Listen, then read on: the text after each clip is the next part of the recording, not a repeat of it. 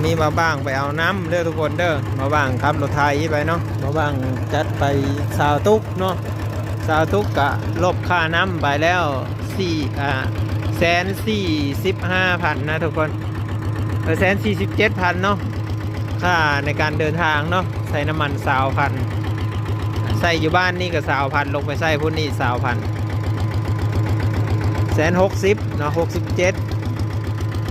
เนาะก็บ่ได้กำไรยังเราทุกคนแต่ก็เฮ็ดไปมันบ่มีแนวเฮ็ดแนวหาอยู่บ้านเอามันก็ทุกข์กันยากเนาะแม่นทุกข์ยากแนวอื่นได้พ่อแม่พี่น้องการลงทุนนี่แหละคันเห็นแบบเฮาลงทุนหลายๆแน่ก็ผู้บ่หวังดีมันก็จ้องจะทำลายเฮานะทุกคนเป็นตาอุกอ่างบ้านเฮาเนาะบ้านไผเคยเป็นแน่มาบ้างก็คนนำไปขายแน่ไปกินแน่เนาะบางทีเขาอยากได้เขาก็มาซื้อเอาตุกละ20 บาทนะมาบ้างขายทึกๆนะทุกคน20 บาทโมว่าอยู่ประเทศไทยนี่เพิ่นขายตุกละเท่าไหร่นะทุกคน